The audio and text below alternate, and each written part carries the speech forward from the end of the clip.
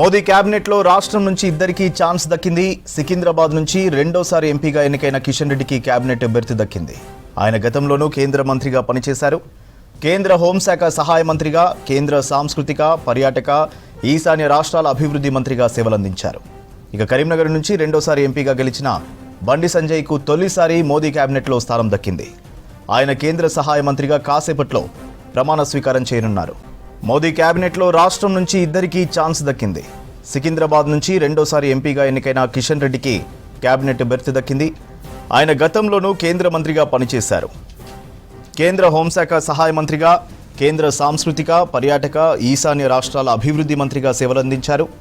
ఇక కరీంనగర్ నుంచి రెండోసారి ఎంపీగా గెలిచిన బండి సంజయ్కు తొలిసారి మోదీ క్యాబినెట్లో స్థానం దక్కింది.